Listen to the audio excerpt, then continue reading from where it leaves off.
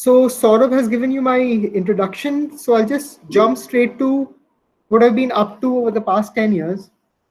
So during the course of my master's program, I interned with Pepsi and Tata Elxsi, then went on to work in the hardcore industrial design studio called Lumium. Went on to work with LG for 6 years. Then Kohler was setting up the design studio in India, worked there. And now I'm a part of a startup in Mumbai called Atomberg. So fortunately, I've worked in ID studios of all shapes and sizes. So I'll try to take you through my experience in each of those, the pros and cons, my adventures, as well as misadventures through them. So I'm sure all of us have heard this before. This famous quote by Steve Jobs. Now, design is not just what it looks like and feels like, it's how it works. Now, what does this actually mean within the process of design and the products that we design? I'll try to share this with you and lift the curtain on the process, basically. I'm going to take you through answers to 5 questions. How do we decide what to design? What is the design process in our studios? Now, all of us realize that design is very subjective. How can we make it more objective to make clearer and firmer decisions? How do we build a design language for a corporation? And how we go from designing mere products to designing experiences around them. So what is good design is a very vague and very subjective question to which all of us will have very different answers to. But within a commercial setting, a good design, an innovation, a sweet spot could be defined as by 3 parameters: business viability, technical feasibility, and user desirability. If your design solution does not cater to all 3, the chances are your product, your project is not going to go forward. All 3 have to be met. What is the process what is the method to our madness, basically? I'm sure a lot of you would have heard about this idea of a user-centric design process, the idea of keeping the user at heart of your design process.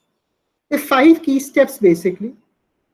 The phase, part 1 being the empathize phase, in which you try to understand the user in his context. Define phase, when you formulate a concrete design brief for the entire team. The ideation and the prototyping phase, which is the real fun part in which you're sketching, you're prototyping, you're modeling stuff, as well. And the last step being testing with the user. And now this is primarily a circular process. We keep going into rounds of iteration within any project. I'm going to show you how this actually works. Now this is just because I'm sure a lot of you would have seen this before. And I would like to share with you how this is just not something which is a stagnant theoretical concept, how it actually works within a studio. Typically, when you're working in a company and the marketing team comes to you with a design brief or a project plan, it looks something like this. Here, LG asked my team to design a water purifier. They just put 4 or 5 limitations on us that our solution needs to take care of about 5 to 8 liters of water capacity. This is the price point that needs to be taken into account. The household income of a target user would be about 50,000 per month. And we should all research people who have purchased a similar product in the past 6 months. Now, you get a brief as vague as this. Now, what will you do with it? And we were given 10 weeks to come up with a design solution. So the bottom half of our slide deals with how we go about making a project plan. We dedicated some time to market research, user research, analyzed, took insights from them before getting into mood boards, ideation, CAD modeling, etc. And then finally going into prototyping. So compared to a lot of your student projects, you will realize that a lot of homework actually goes before the first sketch or the first wireframe is actually even drawn. Why do we do research? The thing is, for any typical product, if I were to take the example of even an air conditioner, just one plastic component of the front grill, the plastic mold for that costs more than 1 crore rupees. So most industrial design products that get launched incur huge investments. So companies are very wary about the kind of research that's gone into for studying the user and his context. So we use a variety of research methods to understand the user as well as understand the market. A lot of people as students, I used to feel the most important part of the design process is the sketch or a beautiful render. But I've come to understand the most important component is the insight that we build the entire product, the entire project upon. So we need to go from intangible insights to tangible designs that we finally send into production. When we go out and talk to users, very often we come up with quick questionnaires. We look at it as a mere formality. We're going to ask a few questions and get out of the house as quickly as possible. But no, if I get, for a typical project, we visit about 30 to 60 homes. And if I'm spending just 15, 20 minutes in your house with my user, I'm going to try to take out as many insights as possible. So just for this water purifier project, we try to gain understanding of where they install the product. How does the lady use it? What height is it installed at? How do they store the water? What happens to the wastage? What does the kitchen look like? What does the schedule of a lady's day look like? And get some key voice of customer quotations. For example, here this lady said that she was using RO water to wash vegetables and lentils as well. She had this perception that water gets stale in the RO if it's not used. And she had this concern because she was living in a rented accommodation, the landlord would not allow her to mount the product at the desired height. So she had to install it very high, which is creating usability issues. Now, through the course of this discussion, I will show you how these three small quotations, these small insights led to a final product. So apart from these regular home visits that all of us do, there are a lot of other ways to engage with users. For example, this idea of a co-creation activity, in which we got users of a desired target segment, grouped them into teams. One designer sat with each group and actually came up with ideas that they have in mind. We also engage with lots of workshops with shop owners, with customer service people, repair people, to get ideas from them, because they know consumers more intimately than any designer working in an air-conditioned office in some corner of Gurgaon. And also, very important part is when you go to a user, just don't go with a boring questionnaire. Go with concept cards. Your first discussion with the user, you should be throwing ideas at them and seeing which ideas basically stick. So, all this research business is good, but what value did we get from this? So from all this entire research process that happened for this water purifier, we got 5 key insights. Number 1, people wanted a sleek lifestyle product for open kitchens, because a lot of users had open kitchens now, changing archetype of the modern Indian home. People wanted flexibility, the option of choosing between a wall or a countertop product. They don't want to be limited. Users, apart from using RO water for drinking, they were also using it for fruits and vegetables, and they wanted a solution that could cater to that part of the usability as well. They wanted assurance that when a product is purifying water, it should be visible somehow and it should communicate with the user. And they wanted something which is very compact, unibody design. So these are just 5 key statements. Now, this is how all of this manifested into the design that got launched. You had this big display which had this breathing light which showed when a product was purifying water. You could mount this on the wall as well as keep it on the countertop.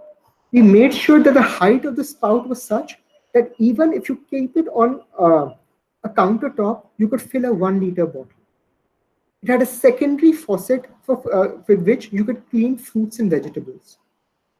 So here you see how we went from basic research and those key ideas actually led to the final design that was launched. Now, I jumped directly from the insights to the design phase. There's a lot that happens in the middle. So now I'm going to talk about how you give method to your madness and how you give structure to your sketching. Before I even make the first sketch, the first option, I make mood boards. A lot of us know what mood boards are, but these are means to communicate our form directions to people who are not all that familiar with design. So this is what I take to users as well as my marketing team. That what sort of form language are you looking at? Do you want something which is very minimal, very pure geometric design? Do you want something which is very luxurious and interpreted from Indian tradition and having elements of Indian culture? You want something which is rugged, durable, looks like a Black & Decker or a Dyson vacuum cleaner, as hardy as that? What kind of emotion should our product evoke? On the basis of these mood boards, do these sketchings happen? So each of these sketches, you realize, cater to the different mood board directions that we've made. The one thing you would see is that these sketches look very basic, very primitive. Why haven't I done marker renderings, or why haven't I done digital work or Photoshop work over them? Because all of this work was done over 2 days. Once you start working as a professional designer, you realize due to time constraints, you have to skip steps sometimes. And eventually, as a professional designer for so many years now, I've realized that it's easier for me to make quick doodles for myself and jump right into the CAD and then show renders to the different stakeholders. Now, once I make all these concept cards, I again take these concept cards to the marketing team, R&D team, and as well as a small subset of users. I should ask them for ideas, like all of these ideas for microwave.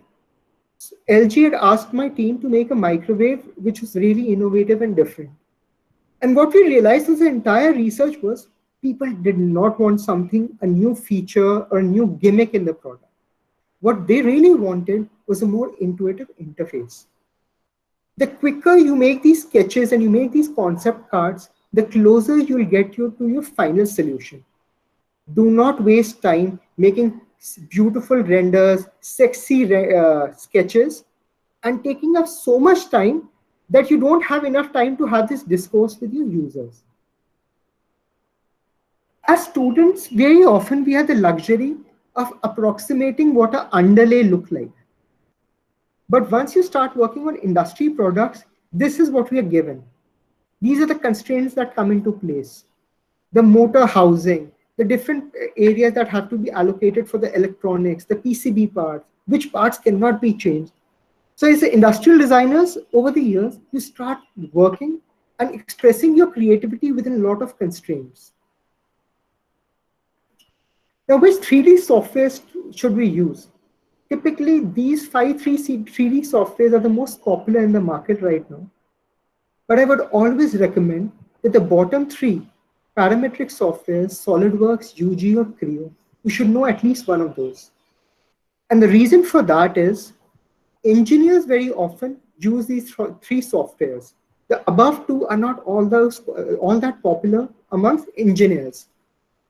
If you're able to model something out in a software that other mechanical and electronic engineers use, you realize it's very easy to convince them about how something can actually be executed and implemented. As designers, we need to learn to speak the language of both the marketing as well as the engineering team. So this entire discussion about water purifier, now I'll jump into another project and show you the various steps that got into the design of this fan.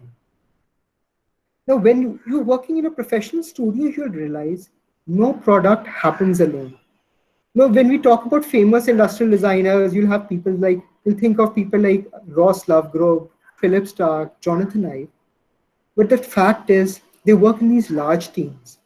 So even in your portfolios as students, make sure you mention everybody who is a part of the design team. And you're able to communicate with people who you show your portfolio, what was your role in that project. For instance, here I was the research lead in which we designed this ceiling fan for LG. So all the steps that I discussed, I quickly go through them again, and you realize that we do this for every project. There's an objective. There's certain research conditions that are posed on us. We make a timeline covering all the various steps and bases. We do home visits. In this particular project, we went for a student workshop with some MD students of IIT Delhi on a vague topic like fan of the future. Out of those user insights and home visits come the VOC, the voice of customer, key attributes that a user is searching for.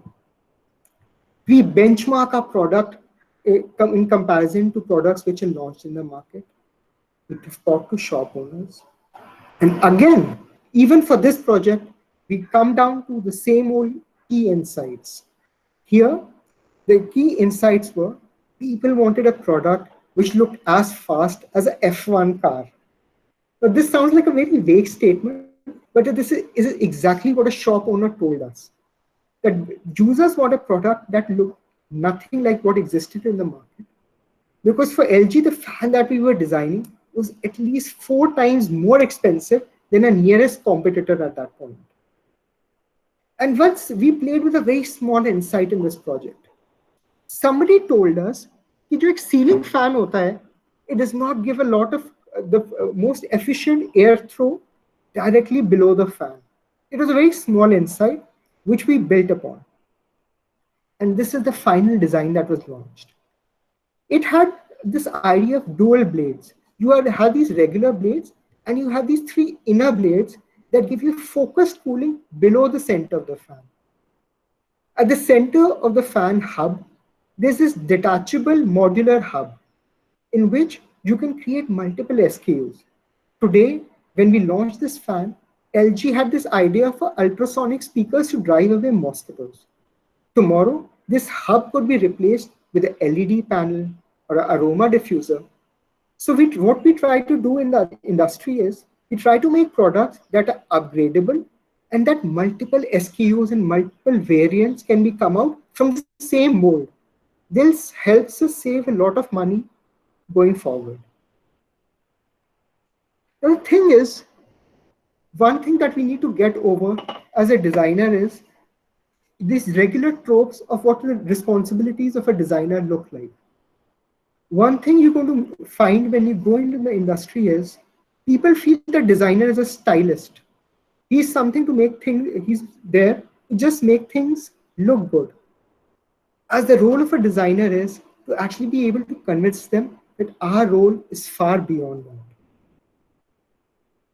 We need to move beyond just designing individual products to actually designing experiences. Now, what do I mean by experiences? Initially when I started in my career, it was all about form. It was about CMF, aesthetics, interfaces. But as I've grown, I've realized that a lot of my time now goes in other aspects of branding, online engagement, in-shop displays, packaging, planning post-purchase customer service, product planning and strategy.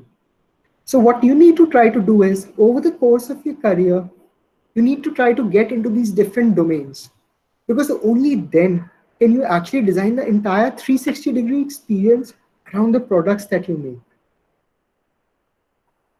When you start working in a large company like LG or Samsung, you realize that you're limited by a lot of things, which is called the design language. So if I were to remove the logo of Apple in many of these products, you'll realize you'll still be able to make out these products belong to which company. The reason for this is having a consistent, coherent design language. In the case of Apple, it's always minimal design and smart UX maybe. Now this is very subjective really. The thing is, for a long duration, people felt that this was true only for premium luxury brands. But I believe this actually also holds true for mass market brands now. Xiaomi, for instance, is an interesting case study now. It's an affordable mass market brand. And these guys have gone on to design everything from air purifier to now electric bikes. The reason they're able to bundle all of these different things within one brand is because of this consistency of having a design DNA and a design language. All of us need to work towards it, regardless of whatever it may be. As designers, all of us aspire to create design icons. The only way we're actually going to be able to do this is one, we have the courage to be first. We have the courage to be innovative. And look at this third example here, that of a Smeg toaster. Now, this is one brand which only works on a very retro vintage themes. And they've just done this. Whereas Dyson, you see, celebrates performance. So it's not as if all of us need to follow modern minimalist design blindly. You can choose to follow any path you want, but that purity in your intent must be visible in the products that you make. Apart from courage, what you need is conviction to explore. Unless, as a designer, you have this conviction to keep at it, keep getting into the details, sitting with the marketing team, understanding with the user, sitting with the engineering team, unless you do that, people will think you're just a stylist, somebody who makes fancy sketches and models. And the third very important role of a designer is of that of communication. If you were to ask me what my role in any of my companies is now, I am the ambassador or the evangelist of the user within the entire company. I speak for the user. I am there in all these meetings and talking about the user perspective. And as you keep growing as a designer, initially the first couple of years it was all about I, and now it's about them. You over the years you start to humble down because you begin to realize that eventually you're not designing products for yourself, but for people and for their needs and aspirations. So guys, now the floor is open for questions. I'm open to questions of any type about, be it your career, be it about the future of industrial design, whatever. So yes, Saurabh. Yeah. Okay. So thanks a lot, Aman. I mean, amazing presentation and very comprehensive one. We asked all the participants, I mean, whoever wanted to register to also fill in certain questions. So I have selected 3 questions. I'll go one by one, and and I've also asked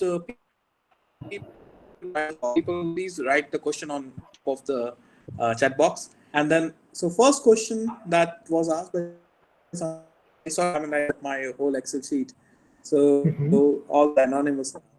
So the first question is the future of design in India. Is there a shift towards sustainable practices? So with this, I would also like to add that if you can define what's the sustainability in the industry, and then perhaps a shift. So it depends actually that what sustainable is.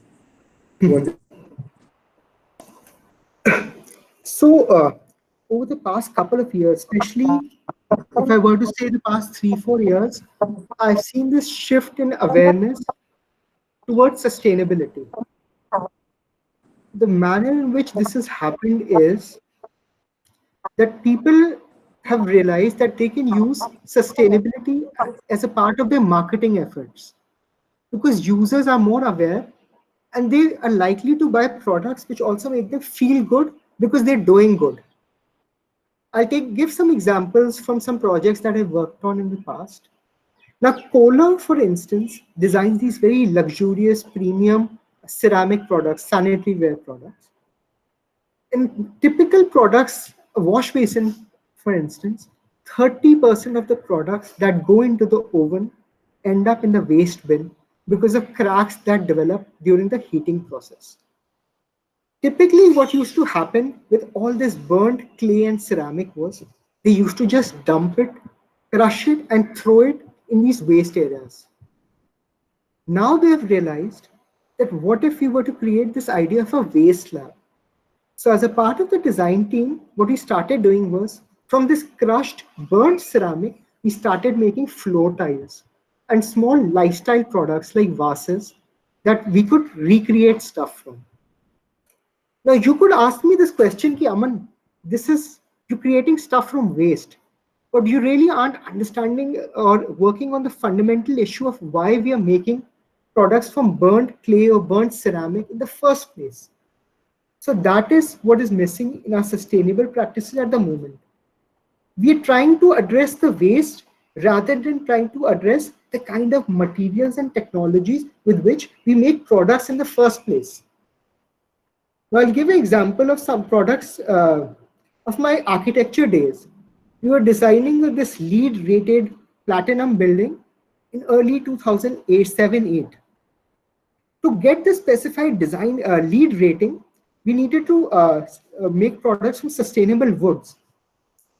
We started getting this wood shipped from South Africa, which had this LEED rating. And the idea was, yes, this wood came from a sustainable forest. But did we take into account the distance that it covered for the shipping and all? The answer was no. So we were doing these short stopgap arrangements at the moment. Going forward, I feel that people are going to be a lot more aware of the products we buy. My current company, Atomberg, primarily deals with only this. We make BLDC energy efficient fans. We are priced at a good 30-40% premium over our competitors. And yet our products sell because A, users feel they're going to save money, and also they're doing good towards the environment. So I believe it has a great future. But rather than just addressing the final design or the final product, as designers, we should also have focus towards materials and technologies. Right.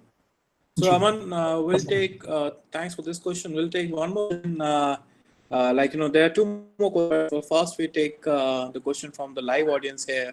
And one of the students of SP Bhopal, Karthikeyan Vishwanathan, he has asked, can you please explain the user research techniques? Karthikeyan, I think you came like 5 minutes late, where they approach the user for designers, present designers and all the corporate firms. So, perhaps you can just give insights into some other approaches also, other than what you have presented here.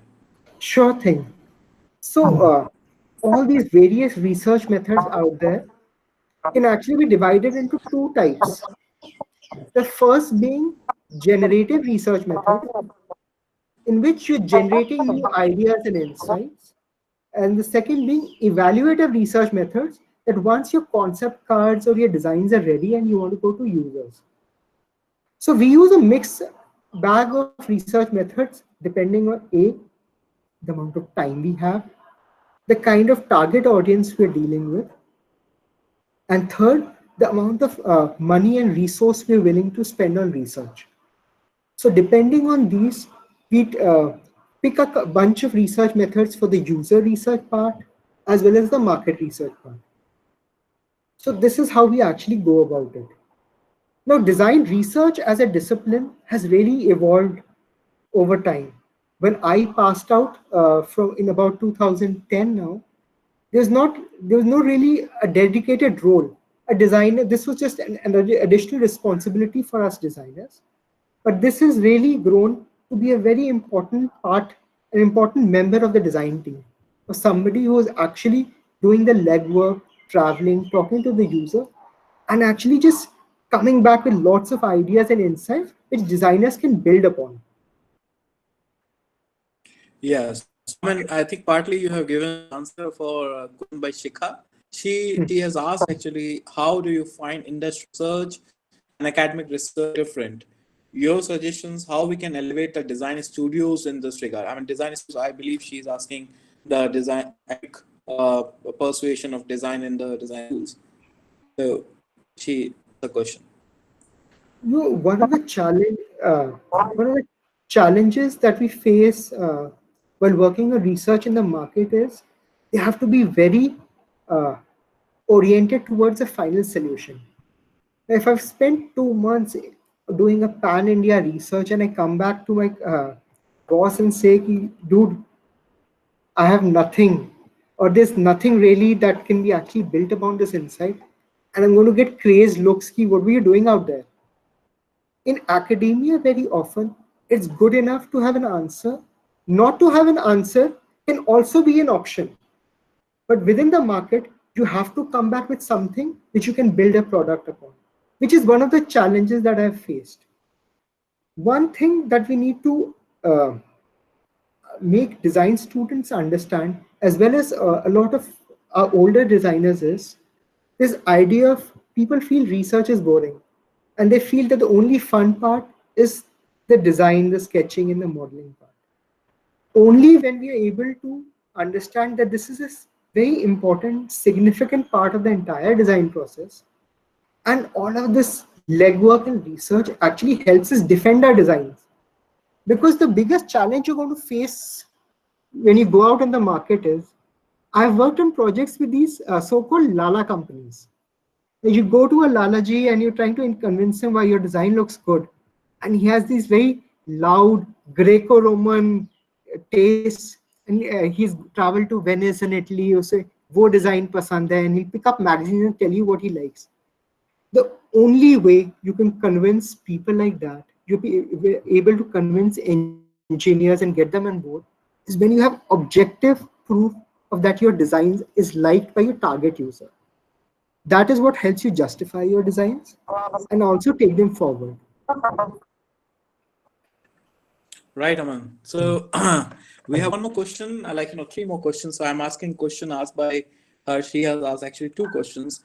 First is, at what stage do we need external source like material scientists or engineers, like, the role of experts within the design process? Second is, how do we see the monetization aspects till the final concept? Is there any KPI or KPO which needs to be considered beforehand? I mean, these are, I think, some industry word which Harsh has asked. So yes, I mean. And sorry, what was the first question again? Yeah, the first question is that at what stage do we need external source or external kind of expertise like material scientists or engineers? So I'll take example from my time in LG. So in LG, we had a complete separate set of material scientists and designers who specialized in just CMF as well as material selection. So these were guys independent of any product, any project that's happening in the studio. They're constantly looking at new materials that we can work upon. Because very often the challenge that we come across is, when a product comes to the design team, it's often too late to actually get into working on new techniques, new materials, and new processes. So hence, it's very important to have design-driven, design-initiated projects that are continuously going on. LG used to do this. We had a dedicated team in Korea. Also, Kohler had a team like this, which is continuously developing new materials that we could use. So anytime when we were free or we had a new project, we would just visit that team and ask them what new stuff they have been working on. Now, this Kohler had a very interested business of an art fellowship. So what Kohler does is, Kohler US, any artist can apply to Kohler to become a fellow within the Art Institute. If they select you, they're going to open doors to the entire factory for you. You can go and explore materials, processes, do whatever within our factory there. And then the only condition is, number one, 2 of your art pieces you're going to leave behind as a part of our permanent exhibition. And number 2, you're also going to teach us the various techniques and materials that you made there. Now, this really came in handy. This idea of constant innovation, independent of the structured projects that happen. That has really helped Kohler over the past several decades. And this second part is monetizing. How do we monetize our designs, the challenges of monetizing, and at what part of a project, at what stage do we actually start looking into it? Now, typically within any project, in any studio, we have about 5-6 people involved. We have a project manager, we have a key engineer from R&D, a designer, as well as somebody from marketing. So these project manager, typically, he knows the kind of price band that we are looking at. And he is constantly throwing these questions at us. Whenever I make new options for, I'm designing a mixer grinder right now. So I had some ideas in which I was using a metal body. So he had this question, what the cost implications of a metal body might be. And I told him, I don't know. So he got a sourcing person, got involved from day one, who's looking at what a metal body might look like, a plastic body के cost implications क्या होंगे. The sooner you get these numbers into the picture, the easier it will be, and the closer you'll get to your final objective. If you leave these numbers, this boring, these questions towards the end of the design process, you'll end up your project being stalled at the last moment. Very often, I've had projects which got stalled primarily because of this monetizing aspect. That they realized that for the design of this refrigerator, just the molds would cost 3 crore rupees. It just made no business sense. They would be happier just selling the same old fridge with a new floral pattern on top. So hence, the sooner you get into the numbers, the more comfortable place you'll find yourself in. And so as industrial designers, it is your business to not mind your business, really. You need to have a close understanding of what everyone else does, because there's a lot of inertia in any company you go into. Nobody really wants to come up with a new design. You are the one who has to have this, what you call a kira, to actually go into these different teams and actually say कि sir ऐसा क्यों नहीं हो सकता. Yes. Now the third question, Aman, again asked by one of our students. Srinivas is asking if what is the role of newly joined industrial designer in any design department of any MNC, and how these MNCs, they implement design thinking processes in their the regular processes. So he's seeing from the perspective of the newly graduating student. So for a new designer, typically, like when I joined LG, for the first 2 months, they just asked me to work on my sketching skills as well as CAD skills. I was just asked to observe the various projects that were going on in the studio and hone especially my CAD modeling skills there. Then they slowly started initiating me into projects. They gave me one small project and they said, this is your responsibility. You take care of it end to end. And then I would actually be doing the legwork, going to different departments and talking to people, how do things work? So they actually like to throw you in the deep end. But what kind of research process really that different studios follow really depends on the kind of project that there is.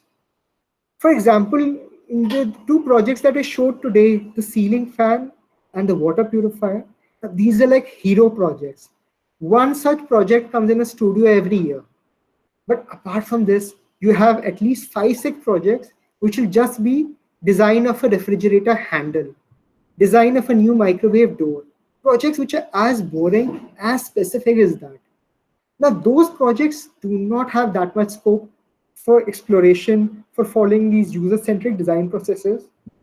For those projects, you simply jump in, make quick mood boards, model them out, show them prototype, and get done with it.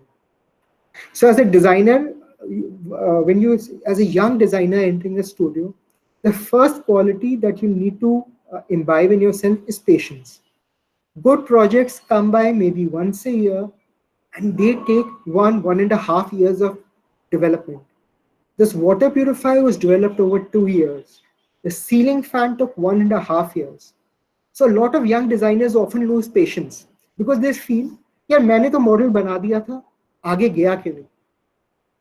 Getting maybe 10-15 layers of hierarchy of marketing team, engineering team, sourcing, even the customer service guys, getting everybody aligned towards a common vision, it takes immense amount of time. So basically, as a designer, as a young designer, you just the first couple of years, you just go with the flow. You pick up nuances, you pick up lessons from the various teams. And then you will slowly come to realize how things happen and why things happen. There are many people who do not want to go down this route, which I went through. For such people, startups also hold a lot of potential. Now, I'm working in this startup called Atomberg. We have 3 projects, live projects going on, and I have one intern working on each of those. They straight up came in, I sent them or I shipped them off to Chennai and Bangalore for research. They come back and they design. MNCs, the pace is far more slower. It's languid. In a small startup, it's rushed, it's crazed, it's maddening also. So depending on the kind of approach that suits you, you need to choose which path you want to tread. Or maybe somebody in my shoes, I chose to take both at different stages in my career. Yes, Saurabh. Yes. So we have one very interesting question on the current crisis. Sumit Yadav, one of our student, he is asking that, what should be the research method and design development method for products required for pandemic like COVID-19, where we don't have enough time and resource, where the time is challenged. So how do we challenge the linearity of a particular design process here? How do we address that? How typically industry would address that? Now, I have this live project going on for mixer grinders. I had this elaborate research planned out that just cannot happen. We cannot do home visits anymore. But what we can do now is the kind of research method that we're using right now. So I reached out to ladies in my contacts, my friends and family, and I asked them, yeah, just switch on your laptop with your camera on in the morning and please do your cooking process. I'm going to just record a video of you using your mixer grinder as well as doing your kitchen stuff. That was a simple method that we used.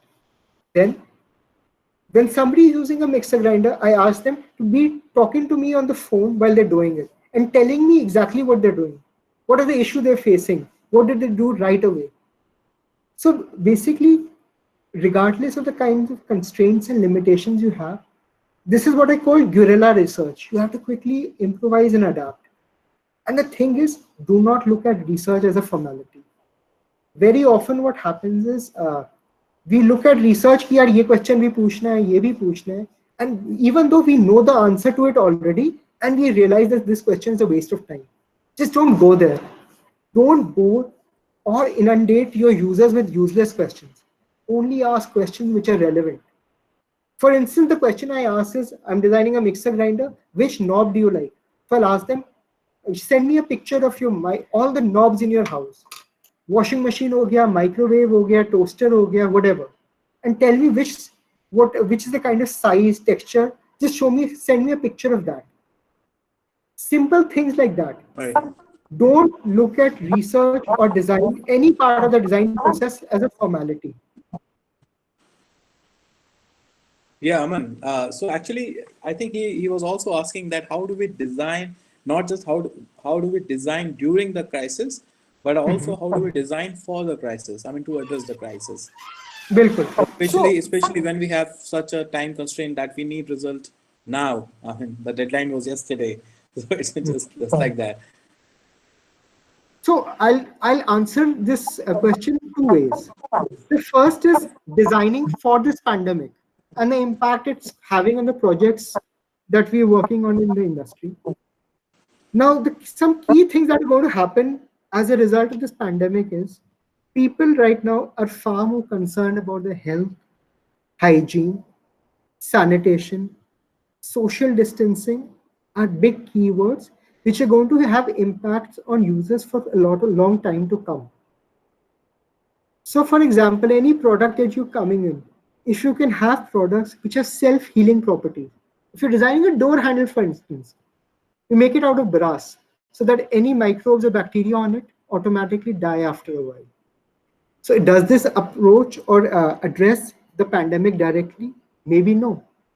But yet it addresses it indirectly. So you must have seen so many projects right now on any of these design blogs and design websites working on face guards, various kinds of masks, CPAP machines, ventilators and all. So this crisis by and large is going to have an impact on various aspects. The second part of this question is, how are we designing and following the design process in the projects that we're doing in our studio right now? We've had to skip steps, we've had to jump. Now, because we know right now, for any of the products that are live for me right now, I do not have too much scope for making prototypes because I just don't have the raw materials at home. I do not have my 3D printers or just a block of thermocol and all. So we had to adapt. We're relying far more on CAD. A lot of our meetings are no longer face to face. So there are constraints, there are limitations. We know we're going to get through this, but the design process needs to be pushed on, and you have to take out key steps that you can do right away, and some stuff that you can postpone and you can take to the user maybe on a later date as well. Does that answer the question, Pape? Yeah, I mean, somewhat. I think we all are finding that answer, perhaps answers. So we have 3 more questions. Actually, I'll go one by one. There's one technical question asked by Poojan Shah from New Asian Projects. The question is that, hello, Aman, can you share some more insights on the techniques adopted by the design companies to come up with a more DFMA-based design? For my knowledge, also, please explain what is DFMA design. I mean, if you know, would you like to answer that question, or should I move on to the other one? I know the answer, but I'm not equipped to answer it actually. Okay. So it's a bit technical part. No, DFME is something I'm learning right at this moment. So I'm not really qualified enough to really answer it at the moment. Okay. Honest admission from my side. Yeah, fair enough. So we'll move on to the next question, that is by Keval. Aman, what do you pick as key aspects of research to cover on lean projects? Unlike corporates who can spend big monies on NPDs, say for the startups, where most money is spent on POD, crore, core POD and prototype development. Yeah. So typically, when it comes to lean design methodologies, there are many projects that I worked on in which we had just had no budget for design. We had projects that, Aman, we have the amount allocated for you is 0. Come back to us with a design and something that we can actually launch in the market.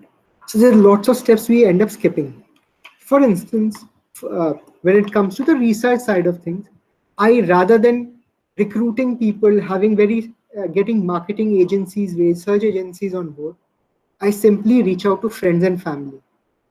If I'm a student, I would reach out to my students, their extended families. For example, I was designing this line of ceiling fans for Atamba.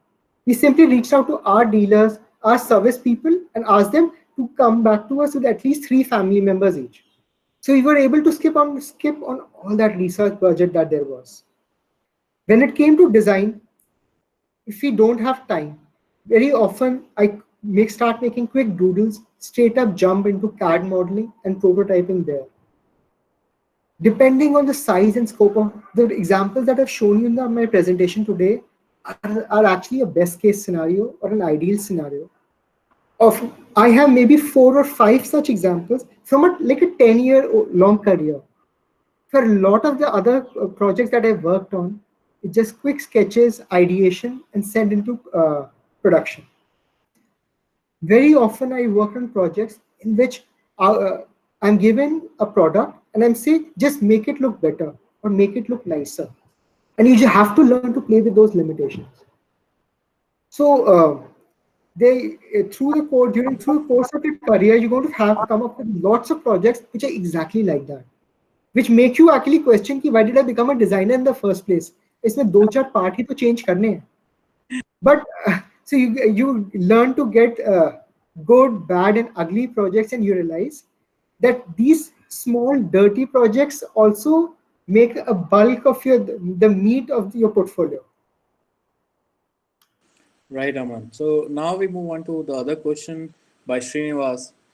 He is interested in knowing, about the planned obsolescence, and especially what are the things industry usually asks designer to consider. I'm interpreting this question in a way of like, the life cycle, what Yeah, yeah. sustainability, and like, do you also consider things like after use of the product, or like, a kind of alternative use of the product, not necessarily the intended use?